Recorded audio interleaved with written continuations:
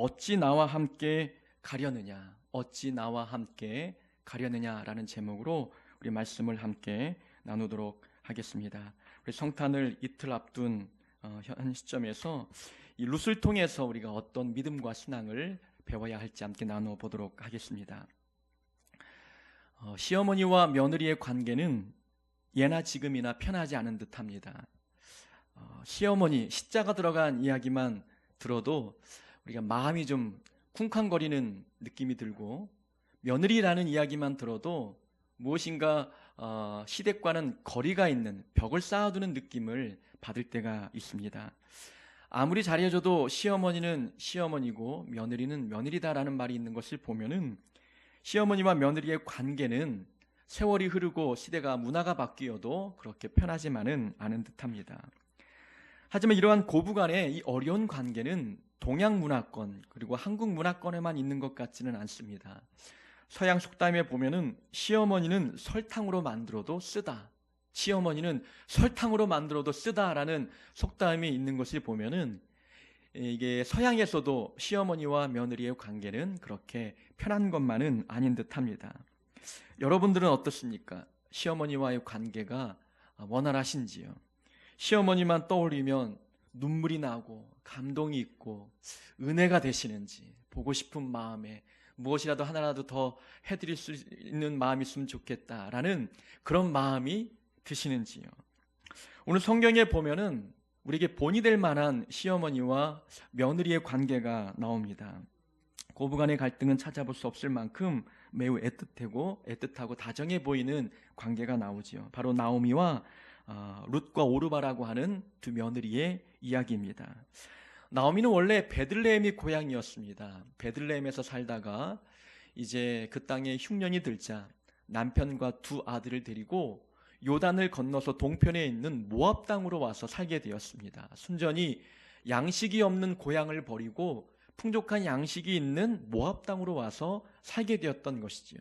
이제 그 땅에서 무엇인가 좀 편안하게 삶을 살 것 같았는데 나오미의 인생에 남편을 먼저 떠나보내는 아픔을 겪게 됩니다. 그래서 두 아들을 의지하며 살기 시작하다가 이 모압 땅에 살고 있는 두 여인 룻과 오르바와 함께 이 두 아들을 결혼시키게 되죠. 그래서 두 아들 네와와 의지하며 살게 되었는데, 잠시 모압 땅에 잠시 나가서 흉년만 피해보겠다 하며 살았던 나오미의 인생이 그 땅에서 10년을 보내게 됩니다. 10년째 되는데 이제 두 아들 말론과 기련이라고 하는 두 아들도 그 모압 땅에서 먼저 세상을 떠나보내지요. 이제 남은 사람은 두 젊은 며느리밖에 없습니다. 남편을 잃은 시어머니, 두 아들을 잃은 그리고 어머니, 그리고 젊은 나이에 남편을 이제 잃어버리게 된 룻과 오르바, 세 여인이 그 땅 고스란히 남아 있는 거예요. 나오미는 이제 고향으로 돌아가기로 결정합니다. 고향으로 돌아가던 찰나에 가만히 생각해 보니까 이 두 며느리가 자기를 따라왔다가는 아무도 없는 고향 이 베들레헴 땅에서 평생을 과부로 홀로 살아갈 것 같습니다. 이 어머니의 마음에 그래도 하나님을 섬기는 신앙심이 있어서 그런지 두 며느리에 대한 긍휼히 여기는 마음이 있었어요. 그래서 두 며느리에게 어머니 집으로 돌아가서 새롭게 새 남편을 만나 새 가정에서 위로받으며 행복하게 살라고 돌아가라고 합니다. 두 며느리는 어머니를 혼자 보낼 수 없다고 펑펑 울면서 어머니를 따라가겠다고 다짐하고 이야기합니다. 그때 어머니께서는 나를 따라와 봤자 얻을 것이 없다라는 내용에서 11절 이하에 구체적으로 말씀하고 있습니다. 나를 따라와 봤자 너희들에게 남편을 만들어줄 만한 형편이 되지 못한다. 나에게는 더 이상 아들이 없다라고 이야기하는 거예요. 이 아들이 없다라고 이야기하는 이유는 그 당시 문화적인 풍습에는 형사 취수제라는 제도가 있었어요. 다른 말로 말하면 계대 결혼이라고 하는데, 형사 취수제라는 것은 형이 죽으면 동생이 형수를 취해서 아내로 삼는 거예요. 그래서 대가 끊긴 형의 대를 이어주는 겁니다. 이걸 계대 결혼 또는 형사 취수제라고 이야기하죠. 그런 문화적인 제도 속에서 어머니가 말하고 있는 거예요. 나에게는 더 이상 너희들에게 줄 만한 아들이 없다. 나는 나이가 늙어서 지금 남편을 얻을 수 있는 소망도 없고, 남편을 오늘 밤 얻어서 아들을 낳는다 치자, 그 아들이 자랄 때까지, 너희들이 남편이 될 만한 나이 때까지 자라도록 언제 기다리겠느냐? 나에게는 소망이 없으니 고향으로 돌아가서 새롭게 새 남편을 만나 살라고 이야기합니다. 어머니의 말을 듣고 둘째 며느리였던 오르바는 고향으로 돌아가 버리고 룻은 어머니를 붙잡았더라라고 고백하고 있습니다. 이 본문은 두 며느리의 효심을 강조하고 있는 것처럼 보이지만 효심보다는 좀 더 깊은 영적인 교훈, 신앙적인 교훈이 담겨 있습니다. 우선 6절을 보면은 6절에 보니까 여호와께서 자기 백성을 돌보시사 그들에게 양식을 주셨다 함을 들었다. 나오미가 모압 땅에 살면서 소문을 들었어요. 고향 땅 베들레헴에 양식이 풍족히 맺었다는 소문을 들었습니다. 그 소문을 듣고 고향으로 돌아가려고 하고 있는 거예요. 그런데 이 소문의 핵심은 베들레헴 땅에 양식이 풍족해졌더라라는 것이 소문의 핵심이 아니라 여호와 하나님께서 자기 백성을 돌보사 그 땅에 양식을 공급해 주었다. 그러니까 이 소문의 핵심은 하나님께서 자기의 백성을 돌아보셨다라는 것이 이 소문의 핵심이었어요. 그러니까 나오미가 들었던 이 소문 중에 본인은 양식을 쫓아 모압 땅에 와 사는데 또다시 베들레헴 땅에 양식이 있어서 그 땅으로 돌아가겠다, 그 내용이 아니라는 거예요. 나오미의 마음에는 소문을 들었을 때에 소문에서 가장 마음에 꽂혔던 부분은 여호와 하나님께서 자기 백성을 돌아보셨다라는 이 소문이 그 여인의 마음에 깊게 들어온 거였어요. 이제는 내가 하나님의 돌보심 가운데로 들어가야겠구나.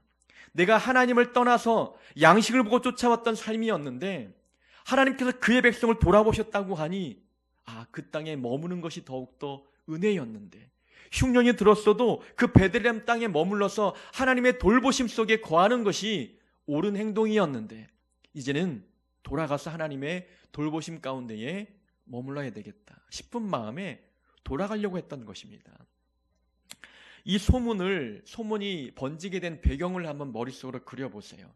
베들레헴 땅에 살고 있던 이스라엘 백성들이 이제 봄에 씨앗을 뿌리고 가을철이 되니까 들판에 수많은 곡식이 맺혀 있는 모습을 보았어요. 그 모습을 보면서 수년 동안 흉년이 들어서 오랜만에 이제 보지 못했던 그 곡식 맺는 이 모습을 오랜만에 보는 거예요. 그러면서 감탄하며 감사하는 겁니다. 여호와 하나님께서 우리를 돌아보셨구나. 하나님께서 우리를 돌아보셨어. 우리에게 양식 공급해 주셨어. 이런 소문들이 농사짓는 자들의 입을 통해서 점점점 번져가면서 그 땅이 강을 건너, 그 소문이 강을 건너 모압 땅에 살고 있는 나오미의 귀에도 들어온 거예요. 하나님께서 우리를 돌아보셨다, 우리를 돌보셨다라는 소문을 나오미가 듣고 다시금 하나님께 돌아가고 있는 나오미의 모습을 보여주고 있는 것입니다. 이 나오미가 하나님의 돌보심 가운데로 들어간다는 것을 증명하고 있는 단어가 7절에 나옵니다. 있던 곳에서 나오고 두 며느리도 그와 함께하여 유다 땅으로 돌아오려고 길을 가다가 유대 땅으로 돌아가려고 길을 가다가라고 하는 이 길을 가다가라는 단어의 원어의 뜻은 그 길 안으로 걸어갔다라는 뜻이 되는 거예요. 그 길 안으로 들어갔다는 것. 나오미가 길 안으로 들어왔다는 거예요.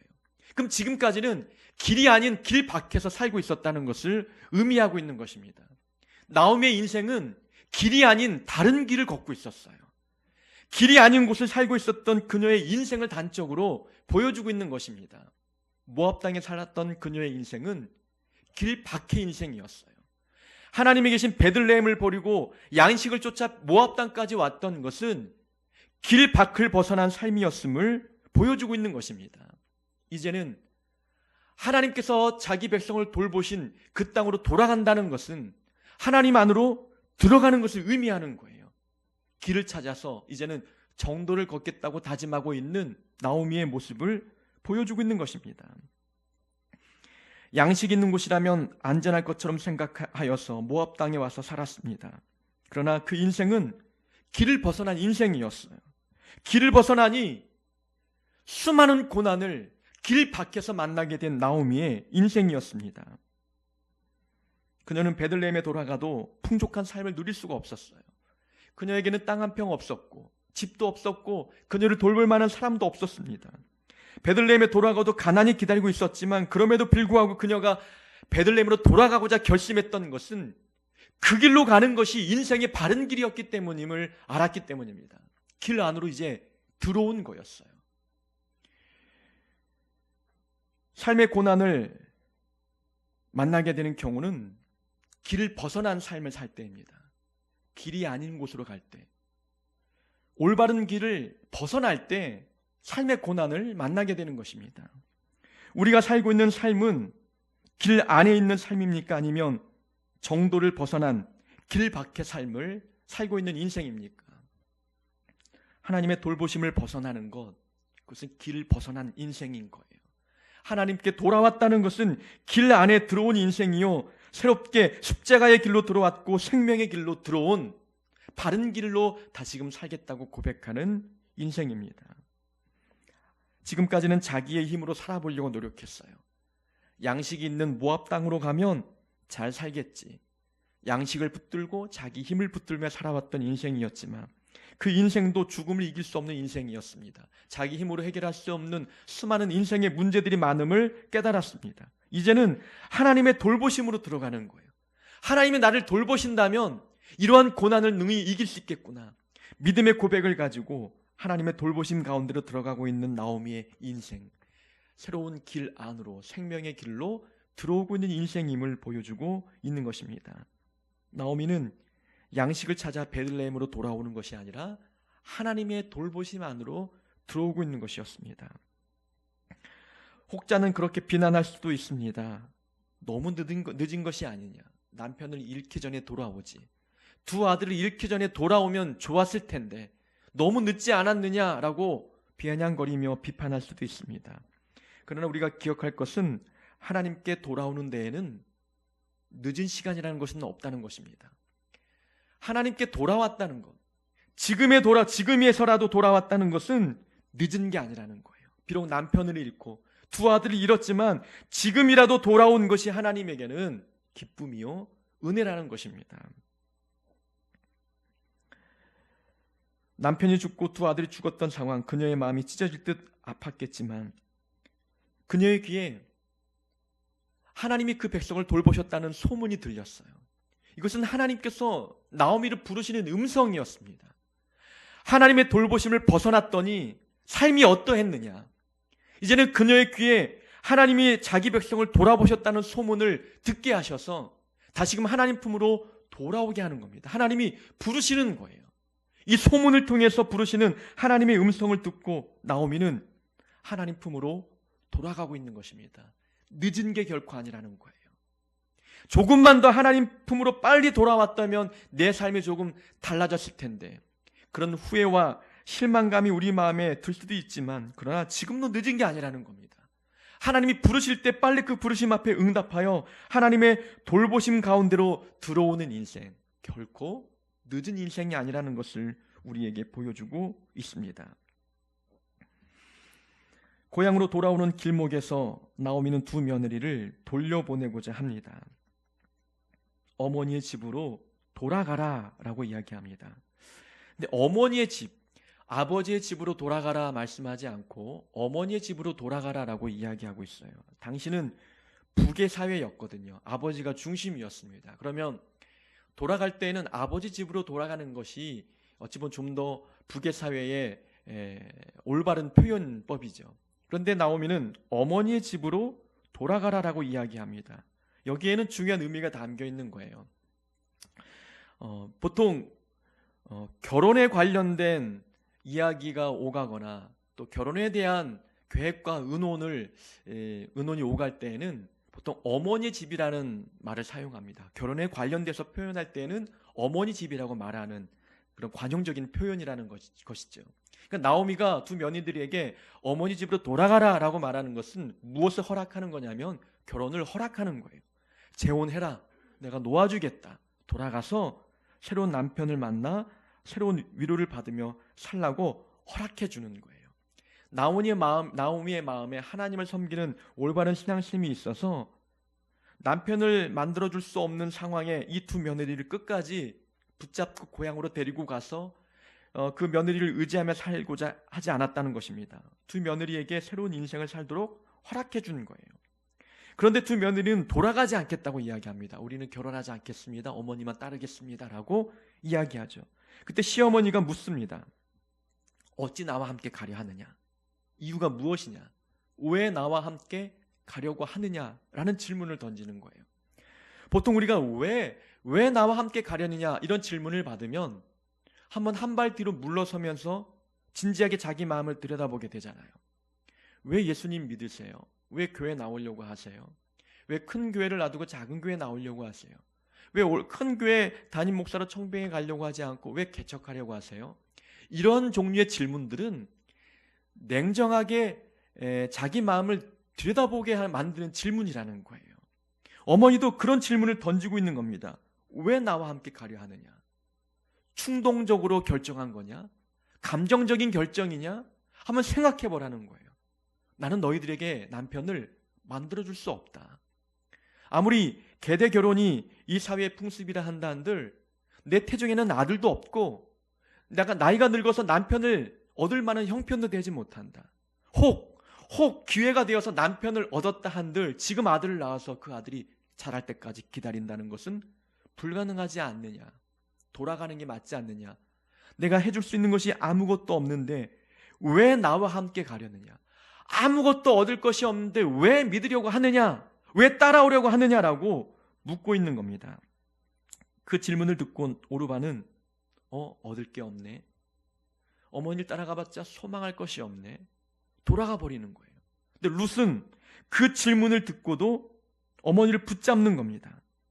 어머니가 가는 곳에 나도 가고 어머니가 죽는 곳에 나도 거기서 죽겠습니다. 어머니의 백성이 나의 백성이 되고 어머니 하나님이 나의 하나님이 됩니다라고 16절에서 이야기하고 있는 거예요.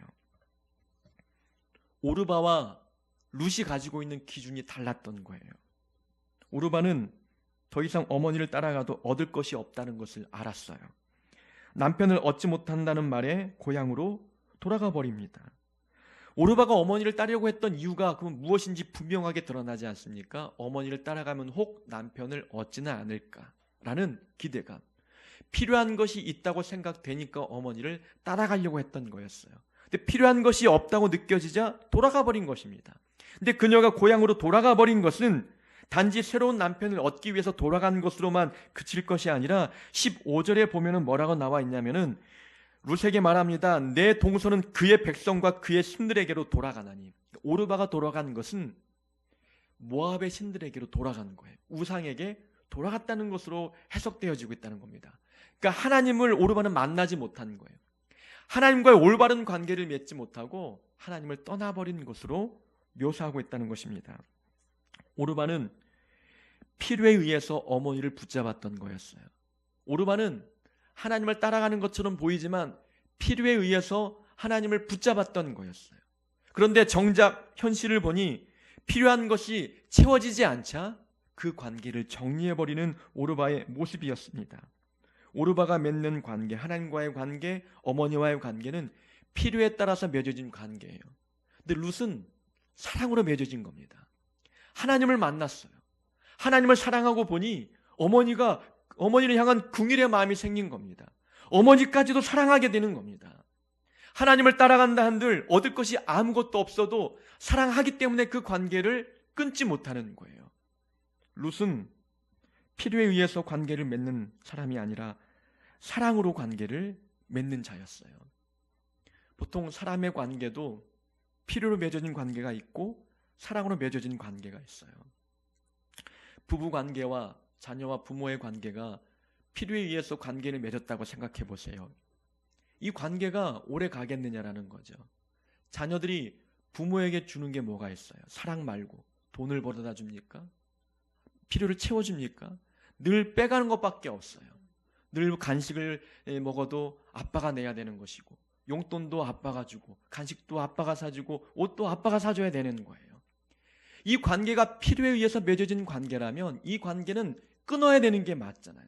이건 사랑하기 때문에 손해를 봐도 이 관계는 끊을 수 없는 거잖아요. 세상 사람과의 관계를 필요에 의해서 맺는 사람이 있는 반면에 사랑으로 맺는 관계가 있다는 거죠. 하나님과의 관계도 필요로 맺는 사람들은 하나님께 얻을 것이 있다고 생각할 때에만 하나님을 따르는 겁니다.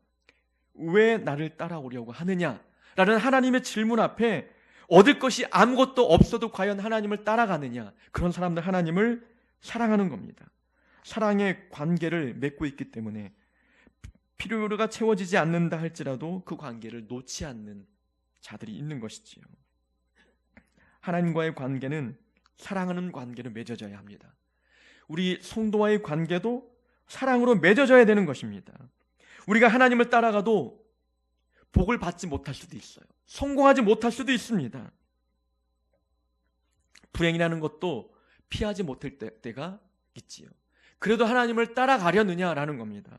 내 원하는 것을 얻지 못해도 따라갈 수 있는 사랑의 관계가 맺어지고 있는지 묻고 있습니다. 하나님께서 우리와의 관계를 어떻게 맺으셨습니까? 하나님이 우리를 필요해서 정말 내가 하나님께 필요로 해서 나와의 관계를 맺으시는 분이신가요? 우리는 죄인이에요. 능력도 없습니다. 재능도 특출나지 않아요. 늘 우리는 의롭지도 않습니다. 그런데도 불구하고 하나님께서 우리를 사용하시고 우리를 부르셔서 하나님 자녀 만드시고 우리를 위해서 이 땅에 내려오시고 십자가 위에서 죽으신 이유가 무엇 때문이에요? 내가 필요해서? 아니에요. 나보다 더 뛰어난 자들이 많습니다. 그럼에도 불구하고 나를 선택하신 이유는 사랑하기 때문에 그런 거예요. 나를 사랑하시기 때문에 이 땅에 하늘 보좌 버리시고 내려오셨고 십자가 위에서 죽으신 겁니다. 하나님은 우리를 필요해서 관계를 맺은 분이 아니라 우리를 사랑하기 때문에 우리와의 관계를 맺으셨어요. 그렇다면 우리도 하나님을 사랑하기 때문에 하나님을 따라와야 되는 것이고, 성도와의 관계도 사랑으로 맺어져야 합니다. 부부도, 또 자녀와의 관계도, 이웃과의 관계도 사랑의 관계가 되어야 하는 것입니다. 오르반은 필요에 의한 관계를 맺고 살았지만 룻은 사랑으로 그 관계를 맺어왔습니다. 12절에 보니까 시어머니가 말합니다. 나는 늙었으니 남편을 두지 못한다. 가령 내가 소망이 있다고 말한다든지 오늘 밤에 남편을 두어 아들들 낳는다 하더라도 너희가 어찌 그들이 자라기를 기다리겠으며. 이야기를 들어보니까 어머니에게는 소망이 없었어요. 어머니도 말합니다. 나에게는 소망이 없다. 남편을 얻을 소망도 없고 아들을 낳아줄 소망도 없다. 그러니까 오르바가 볼 때 시어머니를 따라가 봤자 이건 소망이 없겠구나. 그러니까 오르바에게 소망은 무엇입니까? 오르바는 무엇에 소망을 두고 있는 사람이었어요? 그녀의 소망은 남편이었습니다. 남편을 만들어주는 어머니라면 따르겠고, 그렇지 못하면 소망이 없는 그런 어머니를 따르지 않고 있는 겁니다. 오르바는 소망을 찾아 떠나는 거예요. 근데 룻에게는 무엇이 소망입니까? 룻이라는 여인은 시어머니를 따라가 봤자 남편을 만들어주지 못한다는 이야기를 들었어요. 그래도 어머니를 벗어나지 않는 이유는 남편이 룻에게는 소망이 아니었어요. 어머니가 가지고 있는 조건과 환경이 그녀에게는 소망이 아니었습니다. 룻의 소망은 하나님이었어요. 하나님을 보고 따라가는 겁니다. 내 소망은 하나님께 있다는 것을 고백하고 있는 모습입니다. 시어머니는 사람입니다. 사람은 우리에게 소망을 만들어주지 못해요. 어떤 능력 있는 사람이라 할지라도 우리에게 소망을 안겨주지 못합니다. 룻은 하나님만이 나에게 소망을 주시는 분임을 믿었기 때문에 하나님께 소망을 두고 따라가고 있는 거예요. 오르바와 룻의 차이는 소망의 내용이 달랐던 겁니다. 오르바는 환경, 조건, 물질, 남편, 이것이 소망이었어요. 룻은 그 모든 것은 소망이 아니라 하나님만이 나의 소망이라고 고백하고 있는 겁니다. 행위로 고백하고 있는 거예요. 남편이 능력이 많다 한들, 저처럼 미남이라 한들 거기에 소망이 있겠습니까? 얼굴 뜯어먹고 사는 거 아니고, 남편이 벌어다 주준 가지고 돈이 많다 한다 한들 거기에 행복이 있는 게 아니잖아요. 그 사람에게 소망이 있는 게 아니라는 겁니다. 하나님께 돌아가기로 결심했던 룻은 하나님께 소망을 두고 하나님 보고 갔더니 소망이 없던 그 인생에 소망이 보이기 시작했던 것입니다. 인생이 암울하고 외롭고 슬프다고 할지라도 우리의 소망은 하나님께 있습니다. 하나님께 소망을 두는 자들은 그 인생 속에 외로움이 기쁨으로 바뀌고 슬픔이 즐거움으로 바뀌게 되는 은혜를 경험하게 되는 것입니다. 어찌하여 나를 따라오려 하느냐? 시어머니의 질문 앞에 두 며느리들의 행동이, 결정이 달라졌습니다. 오늘날 하나님께서 우리에게 동일하게 묻습니다. 어찌하여 나를 따라오려고 하느냐? 시어머니가 물었던 질문 속에는 두 며느리가 아들을 얻고자 하는 마음으로 따라올 것 같아서 자기의 내면을 돌아보라고 질문을 던지는 거예요. 그러니까 세상 사람들도 우리에게 그렇게 비난할 수 있습니다. 너가 왜 교회 가려고 하느냐? 얻을 게 있어서 가지 않느냐? 복을 줄까 봐. 성공을 위해서 그래도 돈을 많이 벌지 않을까라는 기대감 때문에 가는 거 아니냐? 그런 게 아니냐라고 묻는 거죠. 사단이 욥을 시험할 때 그랬어요. 욥이 당대의 부자였어요. 근데 하나님께 사단이 이야기합니다. 하나님이 욥에게 복을 주니까 욥이 하나님을 경배하고 예배하는 겁니다. 그걸 다 그가 누리는 복을 빼앗아가 보십시오. 욥도 다른 사람과 다를 바 없이 하나님을 저주하고 죽을 겁니다. 그러니까 하나님께서 사단에게 욥의 생명만은 건드리지 말고 그를 시험하라고 허락해 주었어요. 그러니까 욥이 한날 한시에 모든 재산을 잃어버리고 자녀도 다 잃어버렸어요. 그럼에도 불구하고 욥은 주신 이도 하나님이시요 거두어 가신 분도 하나님이시오니 하나님을 찬양할 겁니다 라고 고백했잖아요. 욥은 왜 하나님을 따라가려고 하는지 그 이유가 분명해졌어요. 복을 주는 하나님이기 때문에 따르는 것이 아니었어요. 그저 하나님이 소망이었기 때문에, 하나님을 사랑했기 때문에 하나님을 바라본 것입니다. 조건이 풍족해지지 않아도, 내 모든 것을 다 잃어도, 손해를 보아도 하나님의 생명이기 때문에 하나님을 따랐던 욥의 고백입니다. 사단이 틀렸다는 것을 욥은 삶으로 보여줬어요. 우리를 향해서 세상 사람들이 왜 교회 나가려고 하느냐, 왜 하나님 따르려고 하느냐, 무엇인가 조건을 보고 따르려고 하는 것이 아니냐라고 말할 때 우리도 삶으로 보여줘야 되지 않습니까? 내 소망이 하나님께 있기 때문에, 내가 하나님을 사랑하기 때문에 하나님을 따르는 것입니다 라는 것을 삶으로 보여주는 자들이 되어야 합니다. 성탄절, 주님께서 우리를 위해서 이 땅에 오셨습니다. 우리를 사랑하기 때문에 이 땅에 오셔서 우리를 위해서 십자가를 지셨지요. 성탄절을 맞이할 때 우리 마음에 하나님을 사랑하는 마음을 갖고 하나님께 소망을 두는 그런 삶을 살아가는 자들이 되어야 될 줄로 믿습니다. 왜 예수 믿으려고 하느냐라는 질문 속에서 분명히 목적을 바로잡는, 사랑하기 때문에, 소망을 하나님께 두고 있기 때문에 라고 고백할 수 있는 우리 모두가 될 수 있기를 주의 이름으로 축원합니다.